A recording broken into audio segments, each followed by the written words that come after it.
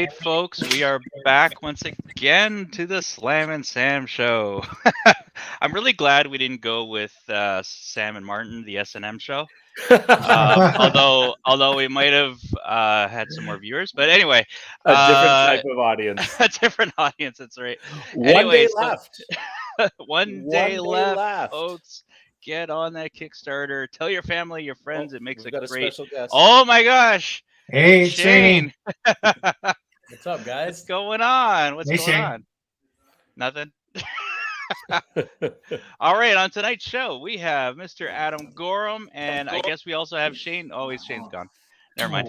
Oh. Leaves you wanting more. He does. Just a little tease.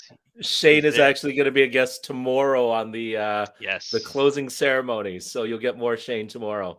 And his piece is amazing, by the way. I've been trying to pry it out of his hands for days now, but hopefully tonight will be the night. Crystal Hope wants to see the S&M show. All right. All right. So Adam Gorham, of course, was our cover artist on Dracula Visions. He did a phenomenal job. And some lucky person actually has the original art, although Adam almost sold it twice. and we're very, very fortunate to have Adam as the cover artist. He's very much in demand. He's very busy, and in fact, thank you, Adam, for making the time for even showing up tonight on just to help us get a little bit more traction on the last day of the campaign. That's kind of you. I'm happy to be here. It was a pleasure of mine and a privilege to get to do the cover art. It was a lot of fun. Yeah, and you knocked it out of the park. Absolutely.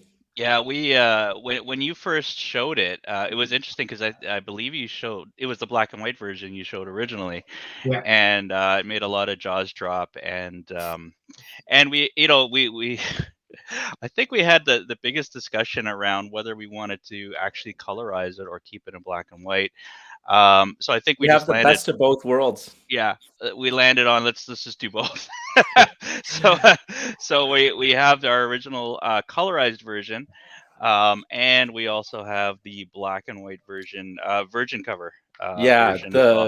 The logo-less black and white to better appreciate the art, because it's phenomenal, Adam. And actually, I was going to ask you, I feel like you're sort of exploring a slightly different style with this. I don't know if the whole art gallery in a book approach has sort of freed you a little bit. I feel like there's sort of a more expressionistic or even grittier finish to what you're doing on the Dracula cover.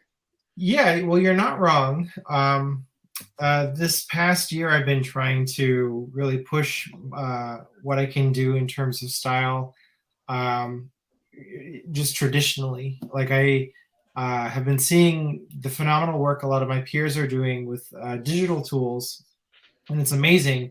And but I love getting my hands dirty. I love traditional work, so I was looking for new ways to render pieces of mine with new methods and new tools, new to me, I should say.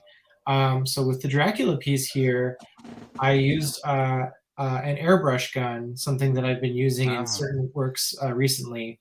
And so when I came up with my concept here, I knew that I wanted to have an interesting cast shadow effect, and I wanted to play with light in a really significant way with this piece.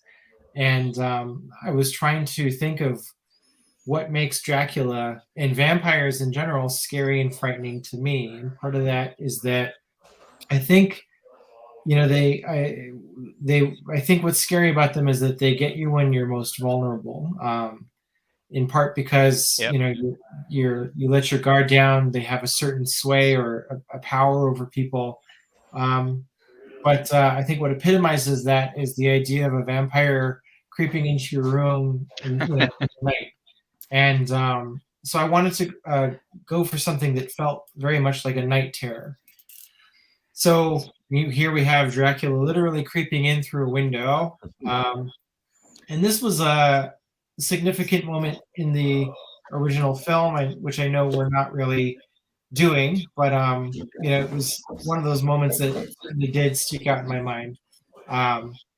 And so that's sort of what I went for, and I came up with a composition that was this, but a little bit more head-on, not as dynamic. And in fact, it was our teammate Kalman who was kind enough to suggest a more dynamic angle for the piece that just gave it a lot more energy, a lot more menace. And so special shout out to Kalman for helping me out there and helping make this piece become what it is now. Yeah, I was going to comment on the sort of canted camera angle. There is a certain degree of German expressionism or the poster art of that period that I'm seeing in there. Yeah, that's entirely thanks to Calvin. My original composition was a little more head on, but he saw the potential there and helped me see it as well, for which I'm very grateful. And I should mention our resident Transylvanian is Kalman, so he brings the authenticity. Yeah, there you go. He brings the authenticity to the yard. Yes. Another shout out to Kalman, since we're on that. He actually helped a number. He had a lot of input on a number of the pieces, actually, and he was very instrumental in helping out. I think a lot of people had their ideas down, but just little tweaks that made these just exceptional.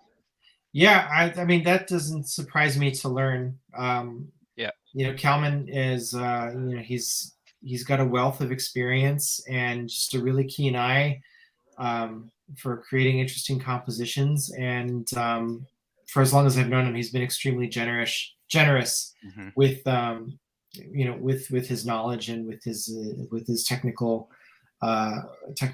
So I'm very happy to hear that he was helping people along with their respective pieces. And I don't mind saying I just saw his piece and it's pretty extraordinary. So wow. Yeah, it's very good. We love it. Absolutely. But but with mine, I knew I wanted to incorporate bat wings somehow, and I wanted them to be there while also sort of not there, and so airbrush seemed to me the way to go about it if I wanted to do it in a traditional fashion. And I think it's great. Yeah, I think it's just striking that way. So that's how you achieve the gradient, just through airbrush.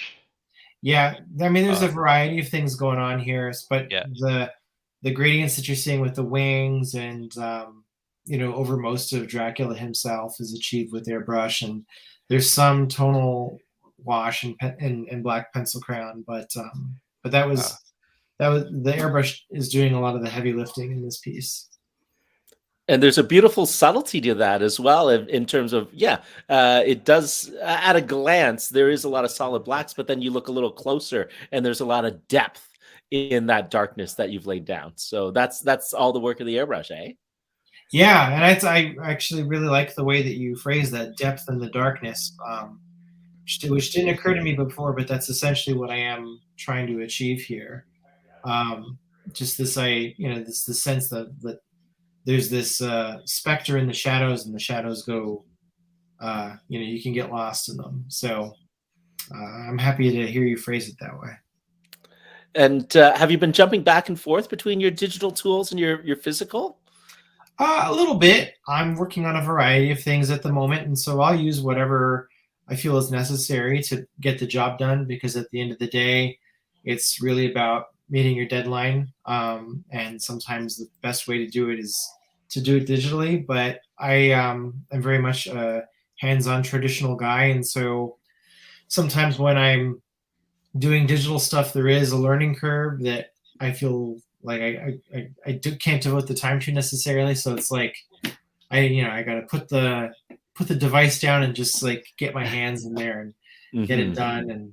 And but yeah, so I'm kind of all over the place, and really just kind of hammering away in the dark until something decent comes out. Well, in terms of the grittiness and I'm doing finger quotes, messiness of the airbrush, having used one way back in the day, it's something you can't replicate with digital tools. Just in terms of the way even gravity works with the way airbrush spatters on a surface, for example. Yeah, you're exactly right. And I've had a lot of fun experimenting and doing various commissions and pieces with it. And, I can, either you get to know how it works and what you can expect from it, but it's a tool that still delivers some surprises and that you can have a lot of fun with, in terms of like, masking, airbrushing over masked areas and things like that. And so I it's a little high maintenance. I've never been great at cleaning my brushes. The cleaning is the big part. Yeah. So that's probably the most challenging aspect to it. But the results really are worthwhile. So. And the happy little accidents, as a famous artist was known to say. Yeah. Right. I've had a few, I've had a couple of incidents where, because I usually work on a drafting table that, that's on an incline. And so I'm like this, and I've had a few times where the ink has run over my cup, and it's been a little bit of an emergency. And so it's like, well, I guess I got to spot my black here for this reason. But no, it's been terrific. Yeah. And I think this year has been a real turning point in terms of just my work having a different quality to it. And just sort of in terms of monster icons, can we jump over to talk about your recent work on Godzilla? Yes. Which both of us are excited about. Yeah. I love it. Very cool. Well, this is a project that it's very exciting for me personally, because it's my debut as a writer. It's my writing debut. Something that I've been working myself up to for a long time. So I've been, I've written a lot throughout the years. And a lot of it was just stuff that I would kind of, really just sort of trying to build some muscle, and seeing what works and what doesn't, and so on, but nothing that I ever wanted to take the distance. But this came about in kind of an unconventional way. Like during the pandemic, one of the ways that I managed to cope was getting into collecting action figures. Just idly, things that I was interested in. And, I've always been a very casual Godzilla fan. I was at a toy show a couple of years ago up in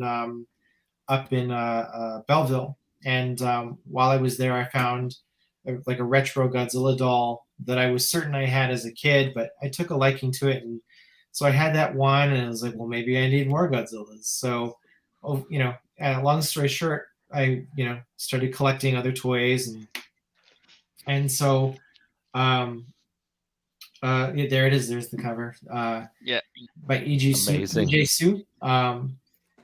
So one day I was looking at my shelf and saw that I had this figure of Godzilla facing off against a Martian.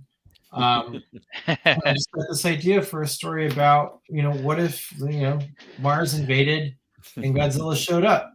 Yes. So that was essentially the story that I took to IDW. And they, gave me the green light for that. And so we worked together on putting together a story that fit what they wanted to do with Godzilla this year. And what Toho would allow. Right. And so, I jumped in with both feet. And so, had to put my best foot forward with ideas and then rework those ideas. And I had to learn to not be too precious about things that I created, and that your first idea is not necessarily your best idea.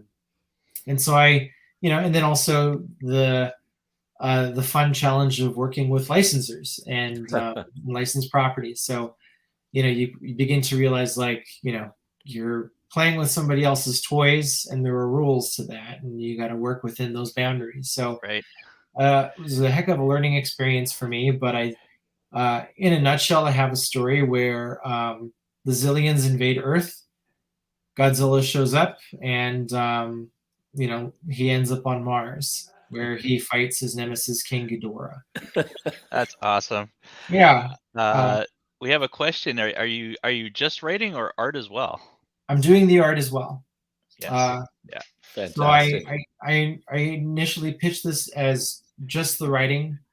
In fact, I had somebody that I had my heart set on to draw it, and but the editor on the book was like, well, if you're writing it, we want you to draw it, which is very flattering. And I was very excited about the prospect of doing that, even though I don't necessarily need another thing to do this year. But it's an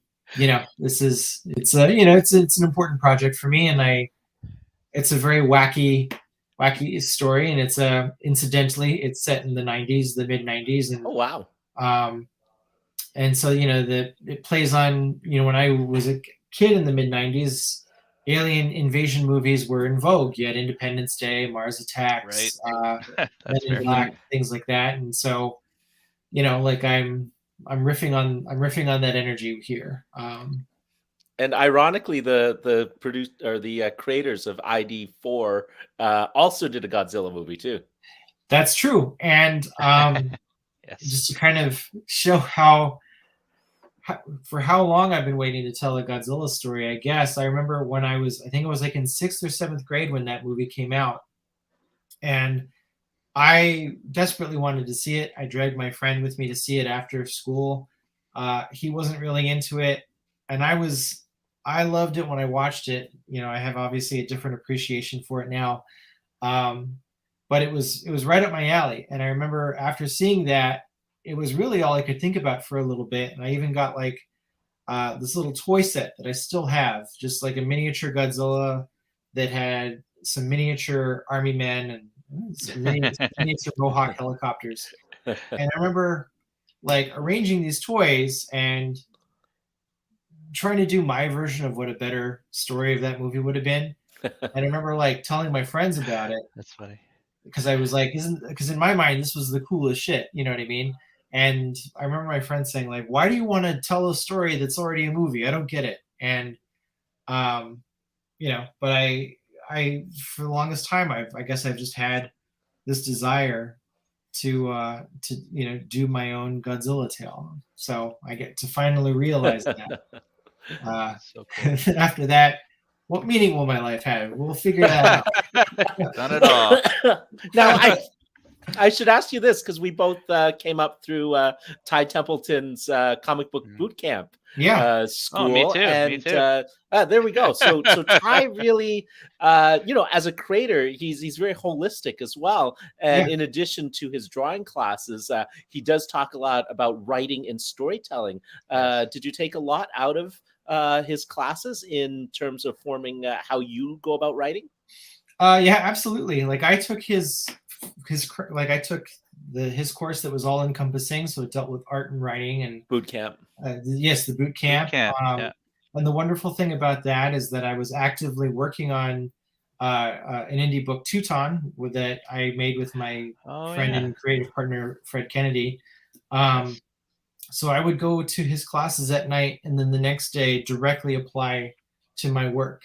So I was utilizing everything right away, and it's stuff that that's never really left me. I think I've absorbed a lot of it. So when I did have to put pen to paper in terms of writing this story, I would, like, a lot of what I learned just sort of kicked back in with how to plot things, and starting from the story as far back as you can, and then getting closer and closer and closer. So I had to think about, well, what is this story, like the beginning and middle and end, and then with each aspect of it, get in and refine it as I got closer to each beginning, middle, and end, and so on. So yeah, there was a lot of stuff that I was directly applying there that really is, I should say, thanks to what I learned at Ty's courses. And Ty's had a bit of a tough year. He's got some health issues. So let's send him all our love and positive thoughts as well for his recovery. Absolutely. Yeah. However, Ty, I know he's a workhorse, and I don't think that there is much that can stop Ty. So no, absolutely, he's a force of nature. Yes. We've done too many of these. This is true. We've become the same person, Martin. Anyways, do you want to tell us a little bit about the Blue Flame? We're quite excited. Oh, good timing! Yeah, look at that! Wow, we are a hive mind, Martin. Look at this. Yeah, of course. I'm happy you brought that up, though. So the Blue Flame is the creator-owned book that I'm currently working on at Vault Comics, co-created by myself and Christopher Cantwell. Chris Cantwell of Halt and Catch Fire fame. Currently, we're writing Iron Man and Captain America at Marvel. And the book is colored by Kurt Michael Russell. And so the Blue Flame is kind of it's an interesting story to try and encapsulate, but the main character, the titular Blue Flame, is a guy named Sam Brossom, who is a local level vigilante superhero, somebody who fights crime in his community by night, and by day he's an HVAC repair person. So our story chronicles 2 chapters of Sam's life. One is in the early days of his career, where he faces some traumatic events and really grounded adversity. And then the other one follows Sam at a different point in his career, where he's further along, and he is abducted by mysterious celestial beings and taken to a very distant part of a mysterious galaxy, where he has to face a tribunal and defend Earth and all of human life from being eliminated by this, by a council of supreme beings who decide which species get to carry on and which need to stop. Wow. So you see, the Blue Flame, defending Earth against a huge power in one aspect of the story, and then kind of, in his ordinary life, seeing what Earth is and life on, life as a human being is all about.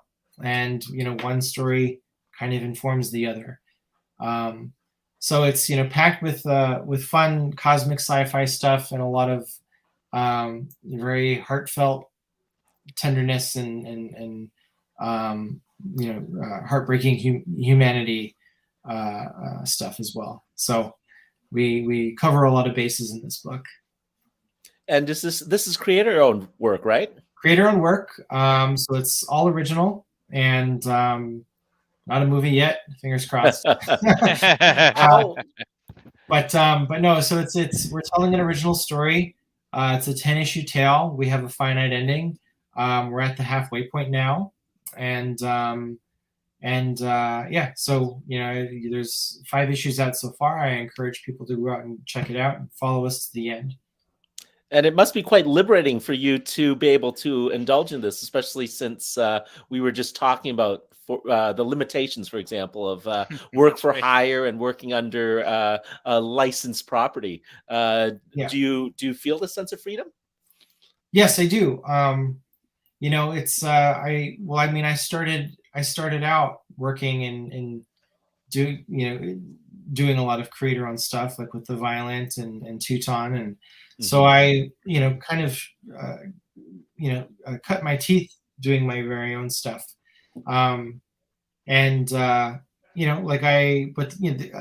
When you grow up wanting to make comics, there's a bucket list of properties that you want to work on, and I've been lucky enough to do some of those, so that's pretty cool. But you begin to appreciate the stuff that came from your own brain or something that you made with a creative partner. And you can there are many really wonderfully talented and skilled creators who leave their mark on existing characters and do tremendous stuff. But there's also something quite nice about making something that's forever yours, and this is just another example of that. So, there's quite an investment on my part to make a book like this. So but I am kind of, I'm doing this, I'm doing Godzilla. I've done a lot of other things that are, work for hire stuff that I really, really enjoy. So I'm kind of having my cake and eat it too this year. Awesome. A nice balance. Yeah. Very good. Very good. Okay. Do we take just a moment to do a quick update on how the Kickstarter is doing? Yeah, let's do it. All right. Let's have a look. So before we go into that, a couple of announcements. We made an announcement yesterday in terms of our next couple of stretch goals. So let me bring that up here. Should have had it already going, but it's okay. That's okay. That's okay. At 12,500, we're zeroing in on that. We're coming really close. Oh yeah. We've got an art print that we're gonna give to all physical backers to go with right. the Mike Ruth art print and the this one right here. Beauty. Daniel Govar. Daniel Govar. So we have this one coming up. We're an inch away from getting this unlocked for every physical backer. And close on its heels, of course, we have the Casey Parsons art print as well.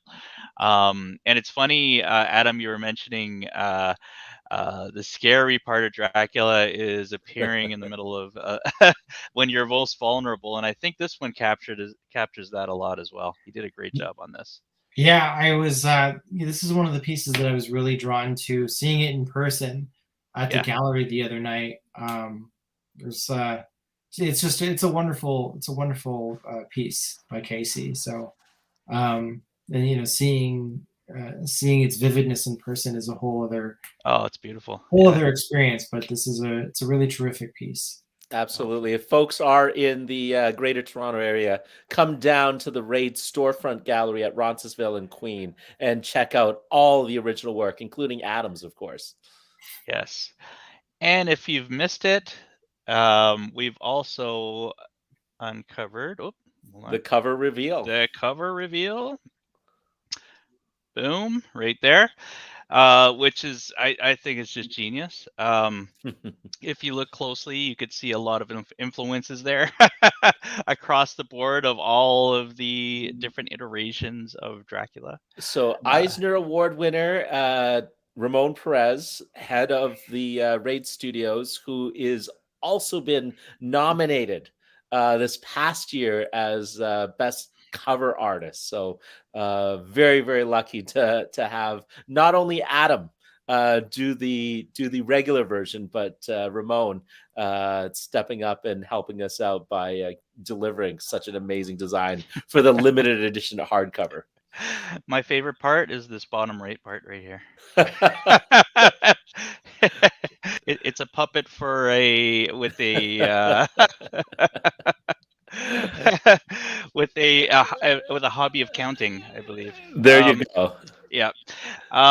Okay, and now the big reveal for tonight.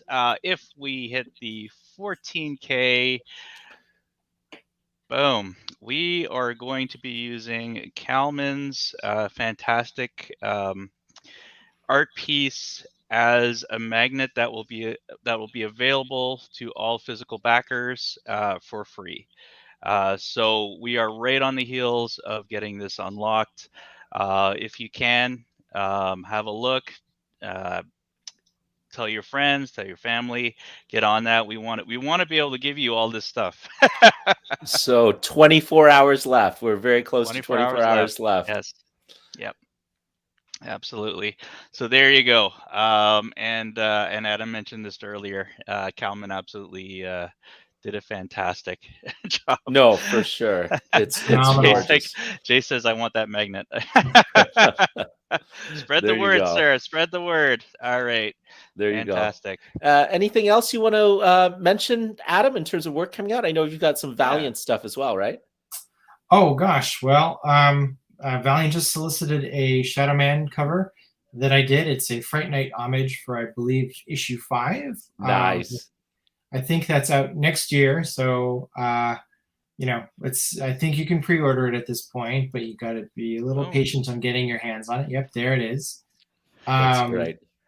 I've got another fun Valiant cover in the works that I can't yet mention by name, but it's nice to be working with them again since Punk Mambo. Yes. And earlier this year, I illustrated a 40-page special of Dune, Blood of the Sardaukar, for Boom Studios, and that was written by Brian Herbert and Kevin J. Anderson, the team. The team who are continuing Frank Herbert's original novels. So they've written a number of expanding universe novels over the decades, and are now making their foray into comics. And so the Dune books coming up from Boom are in continuity with all the novels. That's great. So if you're a fan of the books, the comics are just basically yet another fix for book lovers. And of course, they don't. If you enjoyed the film, you would probably enjoy the comic as well. My book takes place within the first novel, and within the events of the first movie as well. So you'd have some context for it if you were to pick it up. I think it's particularly well illustrated, with some really marvelous colors by Patricio Del Pesce, and of course, the type of writing from Brian and Kevin that you know and love. So amazing. Out now, I should say. Definitely worth reading if you are a Dune aficionado. Oh, awesome! It's out right now. Okay. Run out and pick it up. I gotta pick that up. Yeah. All right, for sure. Awesome. And are you a Dune fan yourself, Adam? Yes, I am. So this must have been really exciting for you to be able to play in that universe. It honestly was. Like, I discovered Dune through my father, who was a huge fan of the books, still is, and so I've read the first 6 books and adore them. They're really, really weird, and but that's it's totally fine by me. And so, getting to work on this was something that it was a property that my father could appreciate more so than a lot of the other stuff that I've done, and so it was nice to work on, and the fact that I'm contributing to the official canon is also the mythos. Yeah, exactly. So it's it's fun to kind of add to this this tapestry. Yeah, it's huge. It's That's funny really you say sweet. that. My father also introduced me to the novel way back before films, etc. Oh, wow. That's pretty cool. This is funny. Jay says, I don't know if I have vampires on the brain, but that Shadow Man cover reminds me of the movie Fright Night. Yeah, Fright Night homage. It is a Fright Night homage. Well Jay. spotted, Jay. Well spotted. You've done your job, Adam. Yeah, exactly. And where can they find you online, Adam? I am online, perhaps maybe online too much. But I'm very active on Instagram and Twitter. So if you want to follow my art, in particular, a lot of process stuff, my handles for both are at Adam T. Gorham. So I post quite often there, things that I'm actively drawing, things that I'm announcing, and so forth. Fantastic. Excellent. Anything else, Martin? Just a quick update. We are currently at 12/3/26. So we are $134 away from unlocking that first stretch goal that we just talked about earlier. Let's make it happen. Getting really close. We could wake up with that tomorrow morning. Fantastic. And Adam's covers are also available in a set too. People can get yes, they are. a slight discount, regular $90 for $80 a set of the 3. I might have forgotten to Oh, upload that. okay. No worries. Again, I was supposed to do that last night. Did you put it up? Oh, there it is. Yeah, the three. It's up here as an offering here. Yeah, the We Got You Covered 3 variant cover set. See, there you go. And life often demands people make tough choices. Why make another one? Get both. Just put it all in there. Yeah.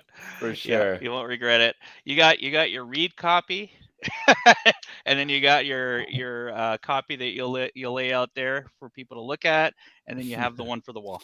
There you go. There you go. Fantastic. Thank you so much, Adam. We really appreciate your time. Oh, you're welcome. Pleasure to be here. Yeah. Thank you so much. And thanks, folks, for checking in.